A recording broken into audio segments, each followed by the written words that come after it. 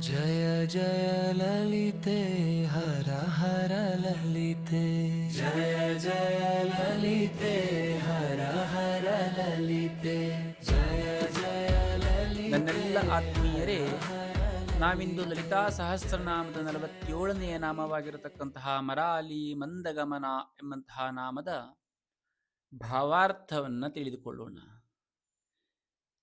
ಮರಾಲಿ ಮಂದಗಮನ ಅಂತಂದ್ರೆ ಹೆಣ್ಣು ಹಂಸ ಪಕ್ಷಿಯ ಗಮನದಂತೆ ಮಂದ ಮತ್ತು ಗಂಭೀರವಾಗಿರತಕ್ಕಂತಹ ನಡಿಗೆಯನ್ನು ಉಳ್ಳವಳು ಎಂಬಂತಹದ್ದು ಇದರ ಭಾವಾರ್ಥವಾಗುವಂತಹದ್ದು.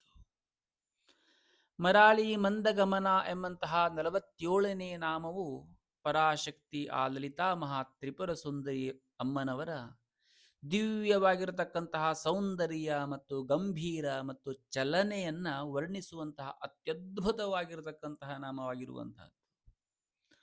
ಪ್ರತಿಯೊಂದು ನಾಮವು ಒಂದು ಮಂತ್ರ ಸ್ವರೂಪವಾಗುವಂತಹದ್ದು, ಒಂದು ತತ್ವವನ್ನು ತೋರಿಸ್ತಾ ಇರತಕ್ಕಂತಹದ್ದು, ಒಂದು ಧ್ಯಾನ ಮಾರ್ಗವನ್ನು ನಮ್ಮ ಮುಂದೆ ಅನಾವರಣ ಮಾಡ್ತಾ ಇರತಕ್ಕಂತಹದ್ದು. ಈ ನಾಮದಲ್ಲಿ ತಾಯಿಯ ದಿವ್ಯವಾಗಿರತಕ್ಕಂತಹ ಚಲನೆಯೇ ನಮ್ಮ ಆಧ್ಯಾತ್ಮಿಕ ಸಾಧನೆಗೆ ಮಾರ್ಗದರ್ಶಕವಾಗ್ತದೆ ಎಂಬಂತಹದ್ದನ್ನ ನಮಗೆ ಸೂಕ್ಷ್ಮವಾಗಿ ತೋರಿಸ್ತಾ ಇರತಕ್ಕಂತಹದ್ದು. ಹಂಸ ಅಂತಂದ್ರೆ ಮೃದುವಾಗಿ ಮತ್ತು ನಿಧಾನವಾಗಿ ಮತ್ತು ಗಂಭೀರವಾಗಿ ನಡೆಯುವಂತಹ ಒಂದು ಪಕ್ಷಿಯಾಗಿರುವಂತಹದ್ದು. ಭಾರತೀಯ ಆಧ್ಯಾತ್ಮಿಕ ಪರಂಪರೆಯಲ್ಲಿ ಹಂಸ ಪವಿತ್ರತೆಯ ಒಂದು ಸಂಕೇತವಾಗುವಂತಹದ್ದು, ವಿವೇಕ ಮತ್ತು ಶುದ್ಧತೆಯ ಸಂಕೇತವಾಗುವಂತಹದ್ದು. ಹಂಸವು ನೀರಿನಲ್ಲಿ ನಡೆಯುವಾಗ ಅದರ ಚಲನೆಯಲ್ಲಿ ಒಂದು ಶಾಂತಿ, ಒಂದು ಸಮತೋಲನ, ಒಂದು ಲಾಲಿತ್ಯ, ಒಂದು ಸೌಂದರ್ಯ ಇರುವಂತಹದ್ದು. ಅದು ಓಡ್ತಾ ಇರತಕ್ಕಂತಹದ್ದಲ್ಲ, ಆತುರವನ್ನು ಎಂದಿಗೂ ಪಡೋದಿಲ್ಲ, ಗಂಭೀರವಾಗಿ ಸ್ವಾಭಾವಿಕವಾಗಿ ಸಾಕ್ತಾ ಇರುವಂತಹ ಪಕ್ಷಿಯಾಗುವಂತಹದ್ದು. ಅದೇ ರೀತಿಯಲ್ಲಿ ಲಲಿತಾ ತ್ರಿಪುರ ಸುಂದರಿಯ ನಡೆಯೂ ಕೂಡ ಅಂತಹದ್ದೇ ಗಂಭೀರ ಸ್ವರೂಪದ್ದು ಎಂಬಂತಹದ್ದನ್ನು ಇದು ತೋರಿಸ್ತಾ ಇರತಕ್ಕಂತಹದ್ದು. ಅಂದರೆ ಆತುರವಿಲ್ಲದೆ ಸ್ಥಿರವಾಗಿರತಕ್ಕಂತಹ ಭಕ್ತನ ಮನಸ್ಸನ್ನು ಮಂತ್ರಮುಗ್ಧಗೊಳಿಸುವಂತಹ ಶಕ್ತಿ ಎಂಬುದಾಗಿ. ಇದು ಕೇವಲ ಶಾರೀರಿಕ ವರ್ಣನೆ ಅಷ್ಟೇ ಅಲ್ಲ, ಇದು ಸೃಷ್ಟಿ ಸ್ಥಿತಿ ಲಯಗಳ ಸಮತೋಲನದ ಚಲನವಾಗುವಂತಹದ್ದು. ಈ ನಾಮದಲ್ಲಿ 2 ಪ್ರಮುಖ ಆಧ್ಯಾತ್ಮಿಕ ಅಂಶಗಳು ಅಡಗಿರತಕ್ಕಂತಹದ್ದು. ಅದೇನು ಅಂತ ಕೇಳಿದರೆ ಮನಸ್ಸಿನ ಮಂದಗತಿ ಮತ್ತು ಶಾಂತ ಚಲನೆ ಎಂಬುದಾಗಿ. ಇಂದಿನ ಜಗತ್ತು ವೇಗದಲ್ಲಿ ಓಡ್ತಾ ಇರತಕ್ಕಂತಹದ್ದನ್ನು ನಾವೆಲ್ಲರೂ ನೋಡ್ತಾ ಇರುವಂತಹದ್ದು. ಆದರೆ ಆ ದೇವಿಯ ನಡೆ ಹೇಳುವಂತಹದ್ದು ನಿಧಾನವಾಗಿ ನಾವು ಸಾಗಬೇಕು ಎಂಬಂತಹದ್ದನ್ನು ತೋರಿಸುವಂತಹದ್ದು. ಅದು ನಮಗೆ ಹೇಳುವಂಥದ್ದು ಏನು ಅಂತ ಕೇಳಿದರೆ ಆತುರವಿಲ್ಲದೆ ಸಾಧನೆ ಶ್ರೇಷ್ಠವಾಗುವಂತಹದ್ದು ಎಂಬುದಾಗಿ. ಧ್ಯಾನದಲ್ಲೂ ಕೂಡ ಇದೇ ತತ್ವ ಅಡಗಿರುವಂತಹದ್ದು. ಮನಸ್ಸು ಹಂಸದಂತೆ ನಿಧಾನವಾಗಿ ಚಲಿಸಬೇಕು. ಆತುರ, ಅಶಾಂತಿ, ಚಂಚಲತೆ ಇವು ದೇವಿಯ ಸ್ವಭಾವಗಳಲ್ಲ ಎಂಬುದಾಗಿ. ಹಂಸ ತತ್ವ ಹೇಳುವಂಥದ್ದು ಪರಮಹಂಸದ ಸ್ಥಿತಿಯನ್ನ ತೋರಿಸ್ತಾ ಇರತಕ್ಕಂತಹದ್ದು. ಉಪನಿಷತ್ತುಗಳಲ್ಲಿ ಹಂಸ ಎಂದರೆ ಪರಮಾತ್ಮನ ಸಂಕೇತವಾಗುವಂತಹದ್ದು. ನಾವು ಅನೇಕ ಮಹಾತ್ಮರಿಗೆ ಪರಮಹಂಸ ಎಂಬಂತಹ ನಾಮವನ್ನು ಕೇಳ್ತಾ ಇರುವಂತಹದ್ದು. ಹಂಸವು ಹಾಲಿನಿಂದ ನೀರನ್ನು ಬೇರ್ಪಡಿಸುವಂತಹ ಸಾಮರ್ಥ್ಯ ಇರತಕ್ಕಂತಹದ್ದು. ಅದೇ ರೀತಿಯಲ್ಲಿ ನಾವು ಕೂಡ ಈ ಪ್ರಪಂಚದಲ್ಲಿರ್ತಕ್ಕಂತಹ ಮಾಯೆಯಿಂದ ಉತ್ತಮವಾಗಿರತಕ್ಕಂತಹ ಜ್ಞಾನವನ್ನು ಬೇರ್ಪಡಿಸಿ ಪಡೆಯಬೇಕು ಎಂಬಂತಹ ಸೂಕ್ಷ್ಮಾರ್ಥವನ್ನು ಕೂಡ ಇಲ್ಲಿ ನಮಗೆ ತೋರಿಸ್ತಾ ಇರತಕ್ಕಂತಹದ್ದು. ಅದೇ ಕಾರಣದಿಂದಾಗಿ ಉಪನಿಷತ್ತುಗಳಲ್ಲಿ ಹಂಸವನ್ನು ಪರಮಾತ್ಮ ತತ್ವಕ್ಕೆ ಹೋಲಿಸಲಾಗಿರತಕ್ಕಂತಹದ್ದು. ಅದರಿಂದ ಮರಾಲಿ ಮಂದಗಮನ ಎಂದರೆ ವಿವೇಕದಿಂದ ಸಾಗುವಂತಹ ಚಲನ, ಜ್ಞಾನದಿಂದ ಮಾರ್ಗದರ್ಶನ ಹೊಂದಿದ ನಡೆ, ಶುದ್ಧತೆಯ ಪಥದಲ್ಲಿ ಸಾಗುವಂತಹ ಚೈತನ್ಯ ಎಂಬುದಾಗಿ. ಸೌಂದರ್ಯ ಲಹರಿಯಲ್ಲಿ ದೇವಿಯ ಸೌಂದರ್ಯವನ್ನು ವರ್ಣಿಸುವಾಗ ಆದಿಶಂಕರಾಚಾರ್ಯರು ದೇವಿಯ ಪ್ರತಿಯೊಂದು ಅಂಗ ಚಲನದಲ್ಲೂ ಕಾವ್ಯ ಮಾಧುರ್ಯವನ್ನು ತುಂಬಿರತಕ್ಕಂತಹದ್ದು. ಅದೇ ರೀತಿಯಲ್ಲಿ ಈ ನಾಮವು ಸಹ ದೇವಿಯ ನಡೆಯ ಸೌಂದರ್ಯವನ್ನು ಸ್ಮರಿಸ್ತಾ ಇರತಕ್ಕಂತಹದ್ದು. ಅವಳ ನಡೆ ಹೇಳುವಂಥದ್ದು ಚಂದ್ರ ಕಿರಣದ ಮೃದುತ್ವದಂತೆ ಇರುವಂತಹದ್ದು, ಕಮಲದ ಎಲೆಯ ಮೇಲೆ ನೀರಿನ ಹನಿ ಸರಿಯುವಂತೆ ಹಂಸದ ಲಯಬದ್ಧ ಚಲನದಂತೆ ಲಲಿತಾದೇವಿಯ ನಡೆ ಹೇಳುವಂತಹದ್ದು ಇದೆ ಎಂಬಂತಹದ್ದನ್ನು ತೋರಿಸ್ತಾ ಇರತಕ್ಕಂಥದ್ದು. ಶ್ರೀಚಕ್ರ ಉಪಾಸನೆಯಲ್ಲಿ ದೇವಿಯ ನಡೆ ಅಂತಂದರೆ ಕುಂಡಲಿನಿ ಶಕ್ತಿಯ ಏರಿಕೆ ಎಂಬುದಾಗಿ. ಕುಂಡಲಿನಿ ಶಕ್ತಿ ಮೃದುವಾಗಿ ನಿಧಾನವಾಗಿ ಏರ್ತಾ ಇರತಕ್ಕಂತಹ ಸಂಕೇತವಾಗುವಂತಹದ್ದು. ಒಂದು ಚಕ್ರವನ್ನು ಸ್ಪರ್ಶಿಸುತ್ತಾ ಆತುರವಿಲ್ಲದೆ ಸಹಜವಾಗಿ ಬ್ರಹ್ಮರಂಧ್ರವನ್ನು ತಲುಪ್ತಾ ಇರತಕ್ಕಂತಹ ಶಕ್ತಿಯ ಸಂಕೇತವಾಗುವಂತಹದ್ದು. ಅದೇ ಮಂದಗಮನ ಎಂಬುದಾಗಿ ಹೇಳುವಂತಹದ್ದು. ಇದು ವೇಗದ ಸ್ಫೋಟವಲ್ಲ, ಇದು ಸಹಜವಾಗಿರತಕ್ಕಂತಹ ದಿವ್ಯವಾಗಿರತಕ್ಕಂತಹ ಕ್ರಮಬದ್ಧ ಏರಿಕೆಯಾಗುವಂತಹದ್ದು. ಭಕ್ತನು ಯೋಚಿಸಬೇಕಾಗಿರತಕ್ಕಂತಹದ್ದು, ನನ್ನ ಜೀವನದ ನಡೆ ಹೇಗಿರಬೇಕು, ನಾನು ಆತುರದಲ್ಲಿ ಓಡುತ್ತಿದ್ದೇನೆಯೇ ಅಥವಾ ದೇವಿಯಂತೆ ಶಾಂತವಾಗಿ ವಿವೇಕದಿಂದ ಸಾಗುತ್ತಿದ್ದೇನೆ ಎಂಬಂತಹದ್ದನ್ನ ತಿಳಿದುಕೊಳ್ಳುವಂತಹ ಒಂದು ಪಾಠವಾಗುವಂತಹದ್ದು. ಈ ನಾಮವು ನಮಗೆ ಕಲಿಸುವಂತಹ ಪಾಠ ಏನು ಅಂತ ಕೇಳಿದರೆ, ಆತುರವನ್ನ ಕಡಿಮೆಯನ್ನು ಮಾಡು, ಸಮತೋಲನವನ್ನ ಬೆಳೆಸಿಕೋ, ಶಾಂತಿಯೊಂದಿಗೆ ನಡೆ, ಗಂಭೀರತೆಯನ್ನು ಕಾಪಾಡಿಕೋ ಎಂಬುದಾಗಿ ನಮಗೆ ತೋರಿಸಿಕೊಡುತ್ತಾ ಇರತಕ್ಕಂತಹದ್ದು. ಹಂಸದ 3 ಸಂಕೇತಾರ್ಥಗಳು ಏನು ಅಂತ ಕೇಳಿದರೆ, ಮೊದಲನೆಯದಾಗಿ ಶುದ್ಧತೆ. ಹಂಸವು ಶುಭ್ರವಾಗಿ ಶುದ್ಧತೆಯ ಸಂಕೇತವಾಗುವಂತಹದ್ದು, ದೇವಿಯ ನಡೆಯ ಪವಿತ್ರವಾಗಿರತಕ್ಕಂತಹದ್ದು. ಎರಡನೆಯದಾಗಿ ವಿವೇಕ, ಹಾಲು ನೀರನ್ನು ಬೇರ್ಪಡಿಸುವಂತಹ ಶಕ್ತಿ. ಅಜ್ಞಾನ ಮತ್ತು ಜ್ಞಾನದ ಮಾರ್ಗವನ್ನು ನಾವು ಬೇರ್ಪಡಿಸಿ ಆಯ್ಕೆ ಮಾಡಿಕೊಳ್ಳುವಂತಹ ಒಂದು ಸಾಮರ್ಥ್ಯ, ವಿವೇಕ ಅದು. ಮೂರನೆಯದಾಗಿ ಸ್ವಾತಂತ್ರ್ಯ, ನೀರಲ್ಲೂ ಕೂಡ ಗಗನದಲ್ಲೂ ಕೂಡ ಚಲಿಸುವಂತಹ ಸಾಮರ್ಥ್ಯ ಅಂತಂದ್ರೆ ಆತ್ಮಸ್ವರೂಪದ ಸಂಕೇತವಾಗುವಂತಹದ್ದು. ಈ 3 ಗುಣಗಳು ದೇವಿಯ ಚಲನೆಯಲ್ಲಿದೆ ಎಂಬಂತಹದ್ದನ್ನ ಈ ನಾಮಗಳು ನಮಗೆ ಸೂಕ್ಷ್ಮವಾಗಿ ತೋರಿಸ್ತಾ ಇರತಕ್ಕಂತಹದ್ದು. ಕಾವ್ಯಮಯ ಪ್ರಪಂಚದಲ್ಲಿ ಇದನ್ನು ಯಾವ ರೀತಿಯಾಗಿ ವರ್ಣಿಸ್ತಾರೆ ಅಂತಂದ್ರೆ, ಆ ಜಗನ್ಮಾತಾ ಲಲಿತಾ ತ್ರಿಪುರ ಸುಂದರಿ ಅಲಂಕೃತವಾಗಿರತಕ್ಕಂತಹ ಸಿಂಹಾಸನದಿಂದ ಇಳಿತಾ ಇದ್ದಂತೆ ಅವಳ ಪಾದಗಳು ಮೃದುವಾಗಿರತಕ್ಕಂತಹದ್ದು, ನಡೆಯುವ ಪ್ರತಿಯೊಂದು ಹೆಜ್ಜೆಯೂ ಕೂಡ ಲಯಬದ್ಧವಾಗಿರತಕ್ಕಂತಹದ್ದು, ಹಂಸದಂತೆ ನಿಧಾನವಾಗಿ ಅಂತಂದ್ರೆ ಗಂಭೀರವಾಗಿ ಸಾಗ್ತಾ ಇರತಕ್ಕಂತಹದ್ದು. ಅವಳ ನಡೆ ನೋಡಿದ ದೇವತೆಗಳು ಮಂತ್ರಮುಗ್ಧರಾಗುವಂತಹದ್ದು. ಭಕ್ತನ ಹೃದಯದಲ್ಲಿ ಆ ನಡೆ ಶಾಶ್ವತವಾಗಿ ಮೂಡ್ತಾ ಇರತಕ್ಕಂತಹದ್ದು. ಇದರ ಇನ್ನೊಂದು ಸೂಕ್ಷ್ಮಾರ್ಥವನ್ನು ನಾವು ಗಮನಿಸೋದಾದ್ರೆ, ಗಮನ ಅಂತಂದ್ರೆ ಹೊರಗಿನ ನಡೆ ಮಾತ್ರವಲ್ಲ, ಅದು ಚಿಂತನೆಯ ಚಲನೆಯೂ ಕೂಡ ಆಗಿರತಕ್ಕಂತಹದ್ದು. ದೇವಿಯ ಚಿಂತನೆ ಹೇಳುವಂತಹದ್ದು ಆತುರವಿಲ್ಲದೆ ಲಾಲಿತ್ಯಪೂರ್ಣವಾಗಿ ಸೌಂದರ್ಯಪೂರ್ಣವಾಗಿ ಸಮಗ್ರ ಕರುಣೆಯಿಂದ ತುಂಬಿರತಕ್ಕಂತಹದ್ದು ಎಂಬುದಾಗಿ. ಅಷ್ಟೇ ಅಲ್ಲದೆ ಭಕ್ತನೂ ಕೂಡ ತನ್ನ ಚಿಂತನೆಗೆ ಮಂದಗಮನವನ್ನು ತರಬೇಕು ಅಂತಂದ್ರೆ ನಿಧಾನವಾಗಿ ಗಂಭೀರವಾಗಿ ವಿವೇಚನೆಯಿಂದ ತನ್ನ ಚಿಂತನೆಯನ್ನು ಮಾಡಬೇಕು ಎಂಬಂತಹದ್ದನ್ನು ಸೂಕ್ಷ್ಮವಾಗಿ ನಮಗೆ ತೋರಿಸ್ತಾ ಇರತಕ್ಕಂತಹದ್ದು. ಇನ್ನು ಈ ನಾಮವನ್ನು ಜಪಿಸುವಾಗ ದೇವಿಯನ್ನು ಹಂಸದಂತೆ ಕಲ್ಪಿಸಿಕೊಳ್ಳಬೇಕು. ಅವಳ ಮೃದು ನಡೆ ಮನಸ್ಸಿನಲ್ಲಿ ದೃಶ್ಯಮಾನವಾಗಿ ನಮ್ಗೆ ಕಾಣ್ತಾ ಇರಬೇಕು.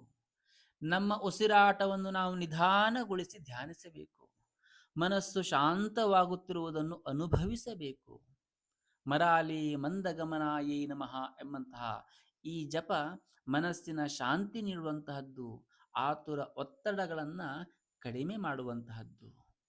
ಒಟ್ಟಾರೆಯಾಗಿ ಮರಾಲಿ ಮಂದಗಮನ ಎಂಬಂತಹ ನಾಮವು ದೇವಿಯ ಸೌಂದರ್ಯವನ್ನು ವರ್ಣಿಸುತ್ತದೆ.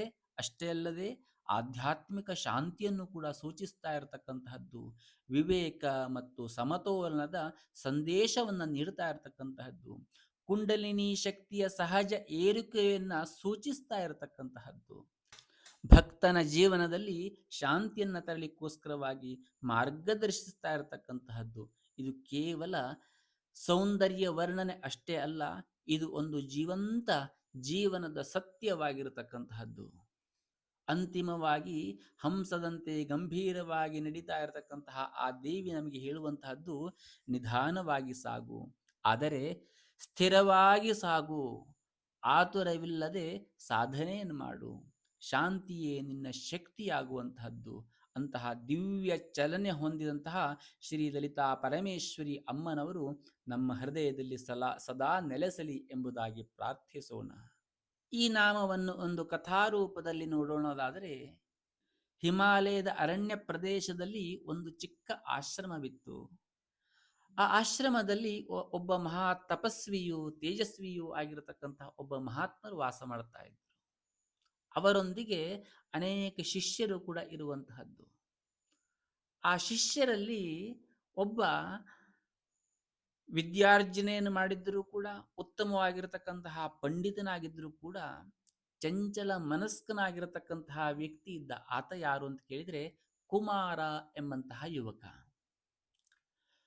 ಕುಮಾರನು ಸದಾ ಕಾಲದಲ್ಲಿಯೂ ಕೂಡ ಆತುರತೆಯಲ್ಲೇ ತಿರುಗ್ತಾ ಇದ್ದ. ನಮ್ಮಲ್ಲೂ ನಾವು ಕೆಲವೊಬ್ಬರನ್ನು ನೋಡ್ತಾ ಇರ್ತೇವೆ, ತುಂಬಾ ಗಡಿಬಿಡಿ ಗಡಿಬಿಡಿ, ಆ ಕಡೆ ಹೋಗ್ತಾರೆ ಈ ಕಡೆ ಹೋಗ್ತಾರೆ, ಏನ್ ಮಾಡ್ತಾರೆ ಅವರಿಗೂ ಗೊತ್ತಾಗುದಿಲ್ಲ, ಆ ರೀತಿ ಆಗಿರತಕ್ಕಂತಹ ಗಡಿಬಿಡಿ. ಒಳ್ಳೆ ಎಜುಕೇಟೆಡ್ ಆಗಿರ್ತಾರೆ ಅವರು, ಆದರೆ ಅವರ ಒಂದು ಸ್ವಭಾವವೇ ಆ ರೀತಿಯಾಗಿರ್ತಕ್ಕಂಥದ್ದು. ಈ ರೀತಿಯಾಗಿರ್ತಕ್ಕಂತಹ ಸ್ವಭಾವ ಆ ಕುಮಾರನಲ್ಲಿತ್ತು.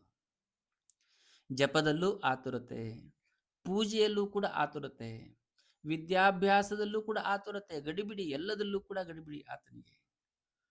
ಒಂದು ದಿನ ಗುರುಗಳು ಅವನಿಗೆ ಹೇಳ್ತಾರೆ, ನಾಳೆ ಬೆಳಿಗ್ಗೆ ಸರೋವರದ ತೀರಕ್ಕೆ ಹೋಗು, ಅಲ್ಲಿ ನಿನಗೆ ಒಂದು ಪಾಠ ಸಿಗುವಂತಹದ್ದು ಎಂಬುದಾಗಿ. ಮಾರನೇ ದಿನ ಬೆಳಗಾಗ್ತಾ ಇದ್ದಂತೆ ಕುಮಾರ ಗುರುಗಳು ಹೇಳಿದ್ದಾರಲ್ಲ, ಹಾಗಾಗಿ ಸ್ವಲ್ಪ ಬೇಗನೆ ಎದ್ದು ತುಂಬ ಗಡಿಬಿಡಿಯನ್ನ ಮಾಡಿ ಆ ಬೆಳಗಿನ ಜಾವದಲ್ಲಿ ಆ ಕುಮಾರ ಹೇಳುವಂತಹವನು ಸರೋವರದ ಬಳಿ ಹೋಗ್ತಾನೆ. ಅಲ್ಲಿ ಒಂದು ಬಿಳಿ ಹಂಸ ನಿಧಾನವಾಗಿ ನೀರಿನ ಮೇಲೆ ನಡೀತಾ ಇರತಕ್ಕಂಥದ್ದು, ನೀರಿನ ಮೇಲೆ ಹೋಗ್ತಾ ಇರತಕ್ಕಂಥದ್ದನ್ನು ನೋಡ್ತಾನೆ ಆತ. ಅದರ ಹೆಜ್ಜೆಗಳಲ್ಲಿ ಲಯ ಇತ್ತು, ಶಾಂತಿ ಇತ್ತು, ಗಂಭೀರತೆ ಇತ್ತು. ಅದು ಒಂದು ಸ್ವಲ್ಪವೂ ಕೂಡ ಆತುರತೆಯನ್ನು ಪಡ್ತಾನೆ ಇರಲಿಲ್ಲ, ನಿಧಾನವಾಗಿ ಗಂಭೀರವಾಗಿ ಹೋಗ್ತಾ ಇತ್ತು. ಗಾಳಿ ತುಂಬ ಬೀಸ್ತಾ ಇತ್ತು, ಅಲೆಗಳು ಇಳ್ತಾ ಇದ್ವು, ಆದರೂ ಸಹ ಸಮತೋಲನವನ್ನ ಕಳೆದುಕೊಳ್ಳದೆ ನಿಧಾನವಾಗಿ ಹೋಗ್ತಾ ಇರತಕ್ಕಂಥದ್ದು ಹಂಸ. ಕುಮಾರ ಆ ದೃಶ್ಯವನ್ನ ನೋಡ್ತಾ ನೋಡ್ತಾ ಮಂತ್ರ ಮುಗ್ಧನಾಗಿ ನಿಂತ್ಕೊಂಡು ನೋಡ್ಲಿಕ್ಕೆ ಪ್ರಾರಂಭ ಮಾಡ್ತಾನೆ. ಆತ ಆ ರೀತಿಯಾಗಿ ನೋಡ್ತಾ ಇದ್ದಂತೆ ಆತನಿಗೆ ಭಾಸವಾಗಲಿಕ್ಕೆ ಪ್ರಾರಂಭವಾಯಿತು. ಯಾವ ರೀತಿಯಾಗಿ ಅಂತ ಕೇಳಿದ್ರೆ, ಸರೋವರದ ಮಧ್ಯದಲ್ಲಿ ಒಂದು ಪ್ರಕಾಶಮಾನವಾಗಿರತಕ್ಕಂತಹ ಕಿರಣ ಬಂದಂತೆ ಭಾಸವಾಗ್ತಾ ಇತ್ತು ಆತನಿಗೆ.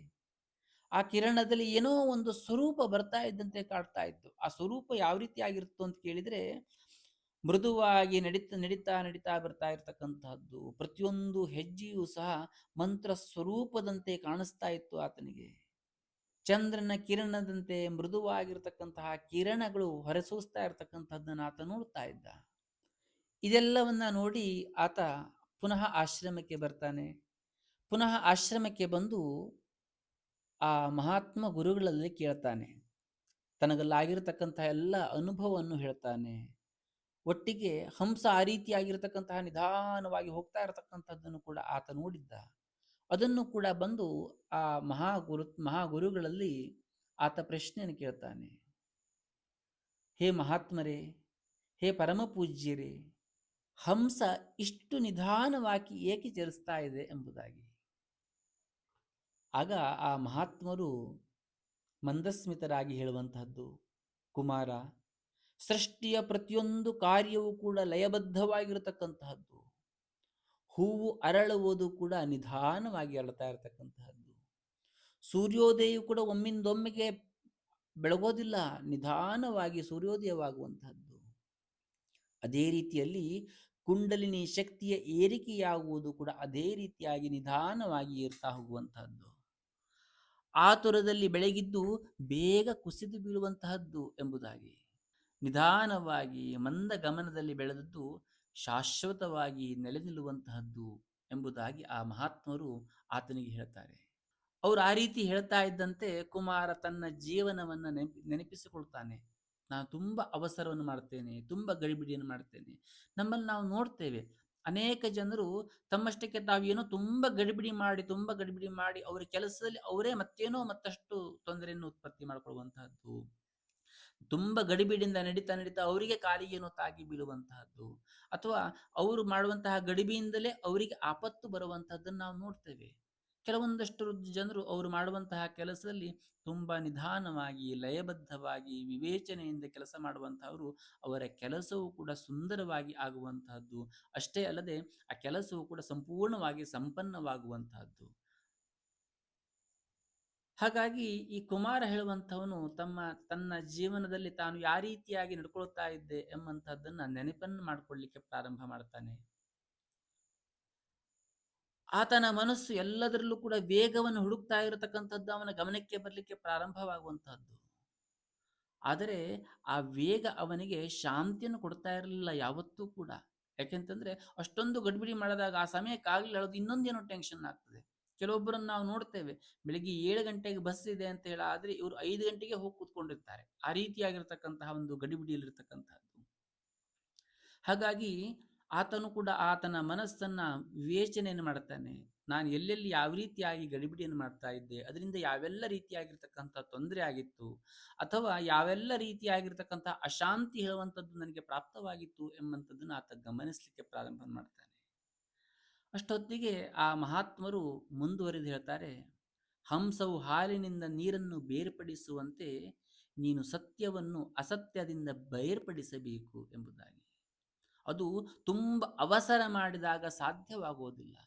ಅದನ್ನ ಆ ರೀತಿಯಾಗಿ ಬೇರ್ಪಡಿಸಬೇಕಾದ್ರೆ ನಾವು ನಿಧಾನವಾಗಿ ಅದನ್ನ ವಿವೇಚನೆಯಿಂದ ನೋಡಬೇಕು ಎಂಬುದಾಗಿ.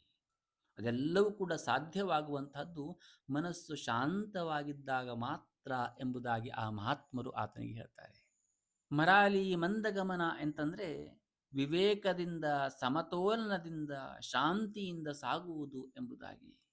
ಆ ಕ್ಷಣದಲ್ಲಿ ಇದನ್ನ ಕೇಳಿದಂತಹ ಆ ಕುಮಾರ ಗುರುಗಳಲ್ಲಿ ಹೇಳ್ತಾನೆ, ಗುರುವೇ, ಇಂದು ನಾನು ದೇವಿಯ ಸ್ವರೂಪವನ್ನು ಕಂಡೆ ನಿಮ್ಮ ಮಾತಿನಲ್ಲಿ.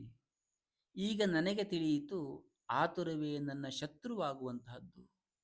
ಗುರುಗಳು ಮಂದಸ್ಮಿತರಾಗಿ ಹೇಳ್ತಾರೆ, ಅದೇ ಮರಾಲಿ ಮಂದಗಮನ ಎಂಬಂತಹ ನಾಮದ ರಹಸ್ಯವಾಗಿರತಕ್ಕಂತಹದ್ದು ಎಂಬುದಾಗಿ. ದೇವಿಯ ನಡೆ ಹೊರಗಿನದು ಮಾತ್ರವಲ್ಲ, ಅದು ಒಳಗಿನ ಚಲನೆಯಾಗಿರುವಂತಹದ್ದು. ಮನಸ್ಸು ಹಂಸದಂತೆ ಶಾಂತವಾಗಿ ಸಾಗಬೇಕು. ಈ ಕಥೆ ನಮಗೆ ತಿಳಿಸಿಕೊಡುವುದು ಏನು ಅಂತ ಕೇಳಿದ್ರೆ, ದೇವಿಯ ನಡೆ ಹೇಳುವಂಥದ್ದು ಶಾಂತ ಸಾಧನೆಯ ಪ್ರತೀಕವಾಗುವಂತಹದ್ದು. ಹಂಸ ಹೇಳುವಂಥದ್ದು ನಮಗೆ ವಿವೇಕವನ್ನು ನಾವು ತಂದುಕೊಳ್ಬೇಕು ಹೇಳುವಂಥದ್ದನ್ನು ತೋರಿಸ್ಕೊಡ್ತಾ ಇರತಕ್ಕಂತಹದ್ದು. ಮಂದಗಮನ ಹೇಳುವಂಥದ್ದು ಆತುರರಹಿತವಾಗಿರ್ತಕ್ಕಂತಹ ಜೀವನವನ್ನು ನಾವು ಹೊಂದಬೇಕು ಹೇಳುವಂಥದ್ದನ್ನು ಹೇಳ್ತಾ ಇರತಕ್ಕಂತಹದ್ದು. ಸರೋವರ ಹೇಳುವಂಥದ್ದು ಮನಸ್ಸಿನ ಆಳವನ್ನು ತೋರಿಸ್ತಾ ಇರತಕ್ಕಂತಹದ್ದು. ಭಕ್ತನು ಈ ನಾಮವನ್ನು ಜಪಿಸುವಾಗ ತನ್ನ ಮನಸ್ಸು ಸರೋವರದಂತೆ ಶಾಂತವಾಗುವಂತಹದ್ದು ಎಂಬಂತಹದ್ದನ್ನು ಕಲ್ಪಿಸಿಕೊಳ್ಳಬೇಕು. ಮರಾಲಿ ಮಂದಗಮನ ನಮಗೆ ಕಲಿಸುವಂತಹದ್ದು ವೇಗವಲ್ಲ, ಲಯ ಮುಖ್ಯವಾಗುವಂತಹದ್ದು. ಆತುರವಲ್ಲ, ಸ್ಥಿರತೆ ಮುಖ್ಯವಾಗುವಂತಹದ್ದು. ಚಲನೆಯಲ್ಲ, ಶಾಂತಿ ಅತಿ ಮುಖ್ಯವಾಗುವಂತಹದ್ದು. ಕುಂಡಲಿನಿ ಶಕ್ತಿ ಕೂಡ ಹಂಸದಂತೆ ಒಂದು ಚಕ್ರವನ್ನು ನಿಧಾನವಾಗಿ ಸ್ಪರ್ಶಿಸುತ್ತಾ ನಿಧಾನವಾಗಿ ಮೇಲ್ಮುಖವಾಗಿ ಏರ್ತಾ ಇರತಕ್ಕಂತಹದ್ದು. ಅದು ಸ್ಫೋಟವಾಗುವಂತಹದ್ದಲ್ಲ, ಅದು ದಿವ್ಯವಾಗಿರ್ತಕ್ಕಂತಹ ಪರಶಿವನಲ್ಲಿ ಲಯವಾಗುವಂತಹದ್ದು ಎಂಬುದಾಗಿ. ಆ ದಿನದಿಂದ ಆ ಕುಮಾರ ತನ್ನ ಜಪವನ್ನು ನಿಧಾನವಾಗಿ ಮಾಡಲಿಕ್ಕೆ ಪ್ರಾರಂಭ ಮಾಡ್ತಾನೆ. ಉಸಿರಾಟವನ್ನು ಕೂಡ ಸಮತೋಲನಗೊಳಿಸಲಿಕ್ಕೆ ಪ್ರಾರಂಭ ಮಾಡ್ತಾನೆ. ಮನಸ್ಸನ್ನು ಶಾಂತಗೊಳಿಸಲಿಕ್ಕೆ ಪ್ರಯತ್ನವನ್ನು ಪಡ್ತಾನೆ. ಕೆಲವು ತಿಂಗಳ ನಂತರ ಅವನ ಮುಖದಲ್ಲಿ ಒಂದು ದಿವ್ಯವಾಗಿರ್ತಕ್ಕಂತಹ ಪ್ರಕಾಶ ಹೇಳುವಂಥದ್ದು ಕಾಣಿಸ್ಲಿಕ್ಕೆ ಪ್ರಾರಂಭವಾಗುವಂತಹದ್ದು. ಅಂದು ಆ ಮಹಾತ್ಮರು ಅವನಲ್ಲಿ ಹೇಳ್ತಾರೆ, ಇದೀಗ ನಿನ್ನ ನಡೆಯೂ ಕೂಡ ಹಂಸದಂತಾಗಿರುವಂತಹದ್ದು. ಕುಮಾರ, ಕಣ್ಮುಚ್ಚಿ ಜಪಿಸು, ಮರಾಲಿ ಮಂದಗಮನಾಯೈ ನಮಃ ಎಂಬುದಾಗಿ ಅಂತೇಳಿ. ಅವನ ಹೃದಯದಲ್ಲಿ ದೇವಿಯ ಮೃದುವಾಗಿರತಕ್ಕಂತಹ ನಡೆ ಶಾಶ್ವತವಾಗಿ ನೆಲೆಸಿರುವಂತಹದ್ದು. ಹಾಗಾಗಿ ನಾವೆಲ್ಲರೂ ಕೂಡ ಶ್ರೀವಿದ್ಯಾ ಪ್ರತಿಷ್ಠಾನದಲ್ಲಿ ಸಂಕಲ್ಪಿತವಾಗಿರ್ತಕ್ಕಂತಹ ಕೋಟಿ ಲಲಿತಾ ಸಹಸ್ರನಾಮ ಮಹಾಯಾಗದಲ್ಲಿ ಪಾಲ್ಗೊಂಡು ಪ್ರತಿನಿತ್ಯವೂ ಕೂಡ ದಿವ್ಯವಾಗಿರತಕ್ಕಂತಹ ಸರ್ವ ಸೌಭಾಗ್ಯದಾಯಕ ರೀತಿಯಲ್ಲಿ ಲಲಿತಾ ಸಹಸ್ರನಾಮ ಪಾರಾಯಣವನ್ನು ಯಾವುದೇ ರೀತಿಯಾಗಿರತಕ್ಕಂತಹ ಅವಸರವಿಲ್ಲದೆ ನಿಧಾನವಾಗಿ, ಸ್ಪಷ್ಟವಾಗಿ, ಶಾಂತವಾಗಿ, ವಿವೇಕವಾಗಿ, ಶಾಂತಿಯಿಂದ ಕುಳಿತುಕೊಂಡು ಪ್ರತಿನಿತ್ಯವೂ ಕೂಡ ಪಾರಾಯಣವನ್ನು ಮಾಡಿ ಆ ಜಗನ್ಮಾತೆಯ ಅನುಗ್ರಹವನ್ನು ಹೊಂದಿ ನಮ್ಮ ಜೀವನದಲ್ಲಿಯೂ ಕೂಡ ಸುಖ, ಶಾಂತಿ, ನೆಮ್ಮದಿ ಮತ್ತು ವಿವೇಕವನ್ನು ಜಯ ಹೊಂದೋಣ ಜಯ ಎಂಬುದಾಗಿ ಲಲಿತೆ